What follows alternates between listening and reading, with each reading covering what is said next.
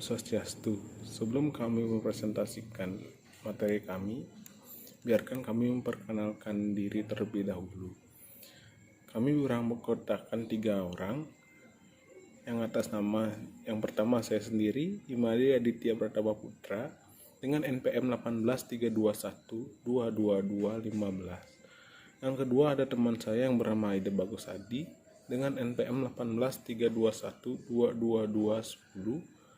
Yang ketiga ada teman saya yang bernama Muhammad Jejen yang dengan NPM 18321222227.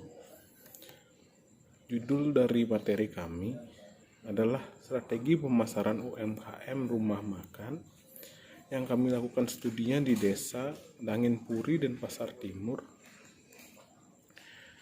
Yang pertama bab 1 pendahuluan. Yang pertama itu adalah latar belakang. Strategi pemasaran adalah wujud rencana yang terarah di bidang pemasaran untuk memperoleh suatu hasil yang optimal. Strategi ini sangat penting mengingat sebaik apapun segmentasi pasar sasaran dan posisi pasar yang dilakukan tidak akan berjalan jika tidak diikuti dengan strategi yang tepat. Justru strategi pemasaran merupakan ujung tombak untuk meraih konsumen sebanyak-banyaknya. Di samping itu, tujuan strategi juga digunakan untuk menjatuhkan lawan untuk menghadapi serangan pesaing yang akan masuk. Semakin banyaknya usaha yang berkembang, khususnya usaha rumah makan, tidak semuanya mampu bertahan lama. Sebagian besar usaha tersebut jatuh atau bangkrut karena beberapa faktor. Antara lain, faktor manajemen yang masih sederhana. Yang kedua ada faktor kekurangan modal, usaha, dan kehilangan konsumen. Penelitian mengambil objek warung makan. Penelitian ini penting untuk dilakukan karena bertujuan untuk mengetahui bagaimana rancangan strategi pemasaran yang digunakan oleh pemilik rumah makan dalam menghadapi persaingan usaha dan rancangan strategi pemasaran pada setiap warung makan yang berbeda-beda. Selanjutnya ada tujuan dan kegunaan penelitian. Tujuan dari penelitian ini adalah untuk mengetahui rancangan strategi pemasaran usaha di rumah makan di Desa Dangin Puri dan Pasar Timur. Adapun kegunaan dari penelitian ini yang bisa diambil adalah sebagai berikut. Yang pertama, secara teoritis, hasil penelitian ini diharapkan dapat menjadi satu kajian dalam memperkaya ilmu ekonomi, mempertajam keilmuan tentang memenangkan persaingan dalam bisnis. Yang kedua, secara praktis, bagi para wirausaha, penelitian ini diharapkan dapat menjadi bahan media pengembangan diri dan dapat memperluas ilmu pengetahuan baik secara teori maupun secara praktisi. Pendidikan ilmu ekonomi dengan disiplin yang telah dilakukan oleh peneliti dalam penelitian ini tentang rancangan strategi pemasaran yang digunakan oleh pemilik rumah makan dalam menghadapi persaingan bisnis di Desa Dangin Puri. Bab kedua, tinjauan pustaka. Yang pertama ada pengertian strategi pemasaran. Strategi pemasaran menurut Kotler dan Armstrong adalah logika pemasaran di mana unit bisnis berharap untuk mencapai tujuan pemasarannya. Dengan kata lain, strategi pemasaran adalah serangkaian tujuan dan sasaran, kebijakan dan aturan yang memberi arah pada usaha-usaha pemasaran perusahaan dari waktu ke waktu. Pada masing-masing tingkatan dan acuan serta alokasinya, terutama sebagai tanggapan perusahaan dalam menghadapi lingkungan dan keadaan persaingan yang selalu berubah. Yang kedua ada konsep pemasaran. Konsep pemasaran adalah suatu konsep bisnis yang menekankan bahwa strategi pemasaran yang berhasil adalah strategi yang dibangun berdasarkan kepada pemahaman yang lebih baik dari perilaku konsumen. Pemahaman yang baik kepada perilaku konsumen akan membantu manajer pemasaran untuk melakukan hal sebagai berikut. Yang pertama, faktor demografis.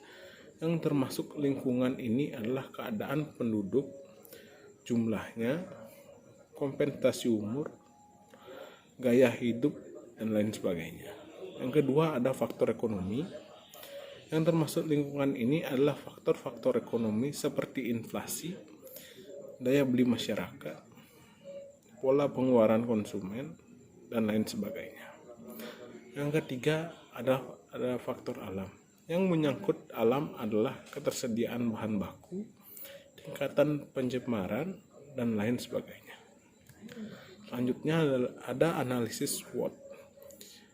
Yang pertama, definisi analisis SWOT adalah singkatan dari strength yaitu kekuatan, weakness yaitu kelemahan, opportunities yaitu peluang, dan threat yaitu ancaman.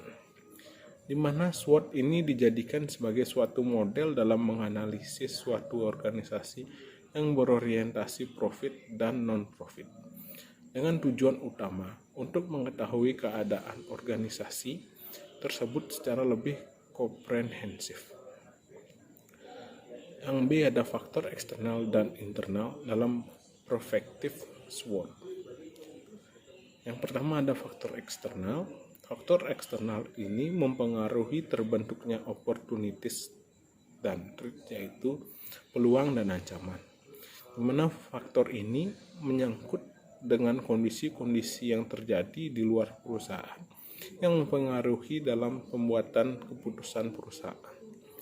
Faktor ini mencakup lingkungan industri atau industri environment dan lingkungan bisnis mikro atau micro environment, ekonomi, politik, hukum, teknologi kependudukan, dan sosial budaya.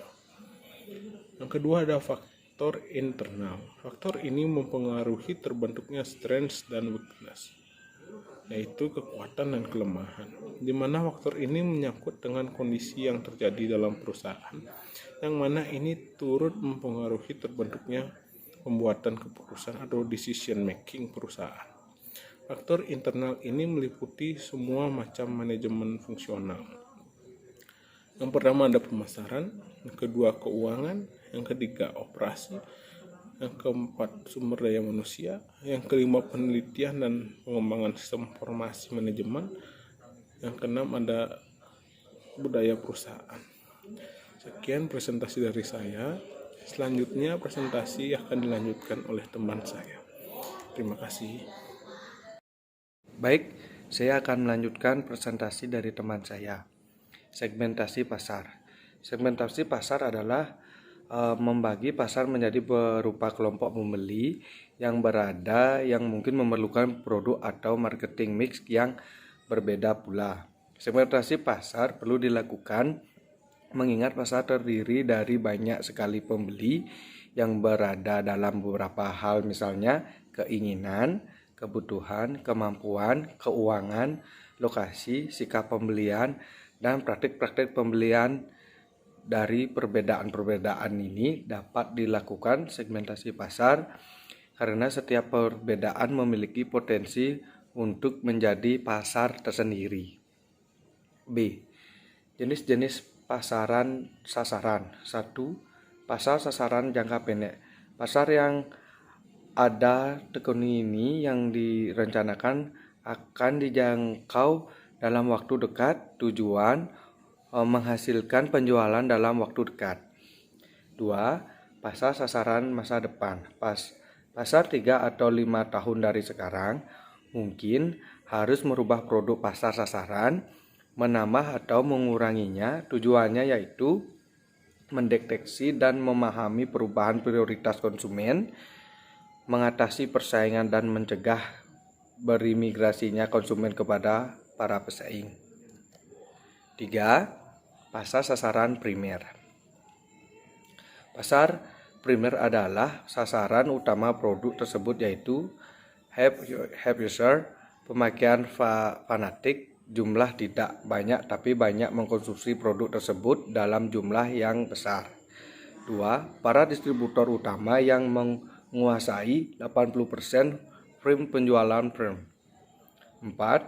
Pasar sasaran sekunder.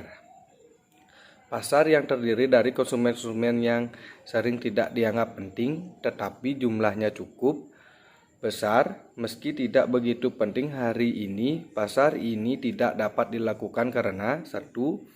Konsumen memerlukan waktu mengkonsumsi lebih banyak. Mungkin hari ini mereka belum terbiasa, belum mempunyai kebutuhan yang mendesak atau belum memiliki daya beli yang cukup kuat untuk menjadi konsumen primer. Tapi suatu saat konsumen sekunder bisa menjadi konsumen primer. Contoh, mahasiswa masuk dalam kategori ini untuk mengkonsumsi majalah komputer, software, buku-buku, influencer. Konsumen sekunder tidak begitu penting tetapi dapat menjadi influencer, yaitu konsumen yang persuasif dan rela mempengaruhi orang tua untuk mengkonsumsi makanan, hiburan, dan lain-lain. Bauran pemasaran marketing mix.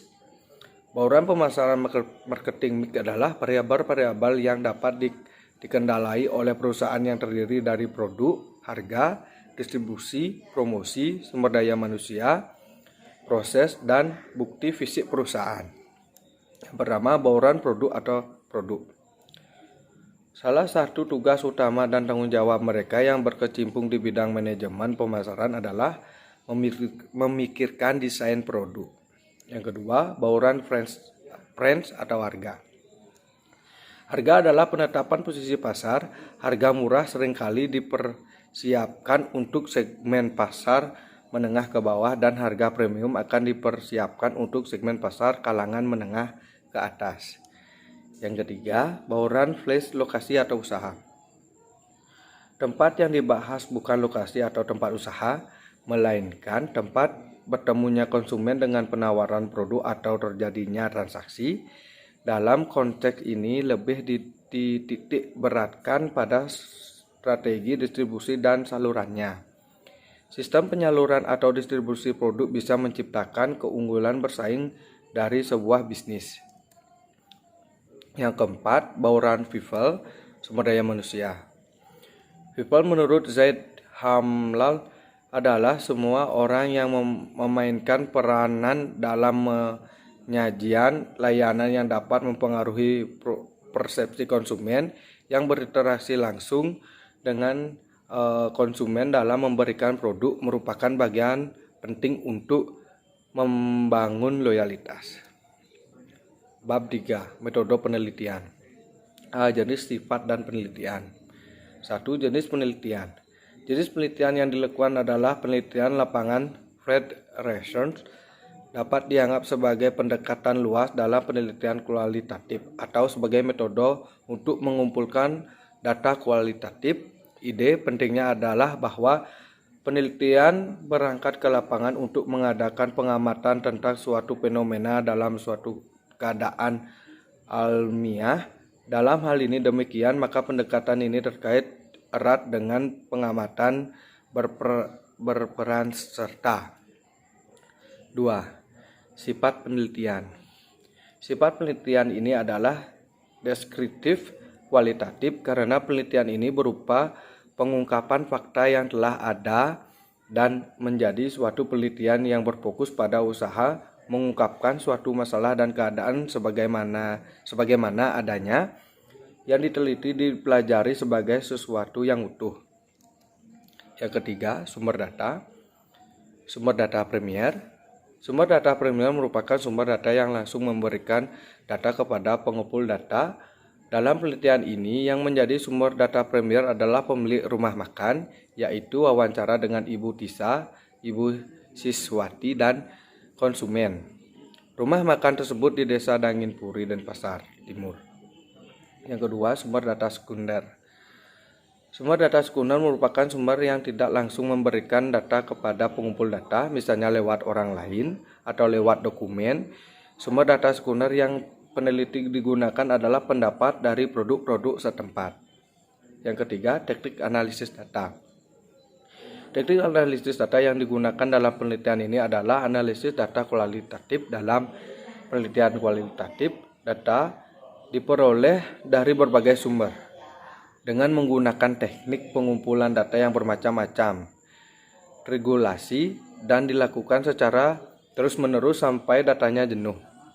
Maka penelitian akan menganalisis data bersifat khusus berupa hasil pengamatan strategi pemasaran di Desa Danginpuri dan Denpasar, yang selanjutnya akan ditarik kesimpulannya ke data yang bersifat umum yaitu tentang strategi pemasaran. Bab 4. Gambaran umum perusahaan. Deskripsi umum rumah makan di Desa Danginpuri dan Denpasar Timur. 1. Sejarah rumah makan Kak Tisa. Sebelum mendirikan rumah makan Stasa Kitchen, Kak Tisa adalah seorang penjahit. Kak Tisa menjahit dari umur 20 tahun sampai umur 22 tahun. Ketika memasuki umur 22 tahun, beliau memutuskan untuk berhenti menjahit karena dirasa konsumsinya sudah mulai berkurang. Pada tahun 2020, Kak Tisa mulai membuka usaha barunya yaitu mendirikan rumah makan yang beralamat di Desa Danginpuri dan Denpasar Timur. Maka Kak Tisa ingin membuka usaha warung makan karena pada waktu itu usaha di bidang kuliner terlihat menjanjikan dan beliau berpikir manusia butuh makan setiap harinya. Membangun warungnya sendiri yang terletak di pinggir jalan raya. Warung makan ini buka dari jam 9 sampai dari jam 6. Dan dalam perkembangannya hingga sampai saat ini, rumah makan Bu Jinggi telah memiliki 2 sampai 3 karyawan. Presentasi selanjutnya akan dilanjutkan oleh teman saya. Bisa dilihat di sini ada daftar menu dari harga di warung makan Stasa Kitchen di Desa Danginpuri dan Denpasar Timur. Strategi pemasaran usaha rumah makan di Desa Danginpuri dan Denpasar Timur. Dari hasil penelitian atau wawancara yang dilakukan di rumah makan Stasa Kitchen, penelitian menemukan hasil mengenai strategi pemasaran yang digunakan oleh kedua rumah makan tersebut. Hal ini dapat dilihat pada rumah makan Stasa Kitchen bahwa strategi pemasaran di rumah makannya menggunakan 7P, yaitu 1. Bauran produk, 2. Bauran harga, 3. Bauran lokasi usaha, 4. Bauran promosi, 5. Bauran SDM, 6. Bauran proses, 7. Bauran bukti fisik. Sekian presentasi dari kami. Apakah ada pertanyaan? Dan untuk sesi pertanyaan, kami akan lanjutkan di link Google yang berbeda. Bab 5. Penutup. Dari hasil penelitian yang dilakukan di warung makan Stasa Kitchen, Desa Danginpuri, penelitian menemukan hasil mengenai strategi pemasaran yang digunakan oleh kedua rumah makan tersebut, yaitu menggunakan 7P. Pada rumah makan Bu Siswati, strategi pemasaran yang dilakukan ditonjolkan yaitu 3P, yaitu bauran produk, bauran harga, dan bauran lokasi usaha. Pada rumah makan Stasa Kitchen, di rumah makannya juga yang lebih ditonjolkan adalah strategi pemasaran 4P, yaitu bauran produk, bauran harga, dan bauran lokasi usaha dan bauran promosi. Saran dari kami adalah rumah makan Bu Siswati sebaiknya lebih bisa mengikuti perkembangan teknologi agar dapat menggunakan sosial media sebagai sarana untuk melakukan promosi agar produknya dapat bersaing dengan rumah makan yang milenial. Dan untuk saran kami untuk rumah makan Stasa Kitchen adalah lebih menambahkan variasi makanan yang dimiliki agar rumah makan tidak tertinggal dari pesaing-pesaing lainnya. Sekian presentasi dari kami. Apabila ada kesalahan, itu mohon dimaafkan.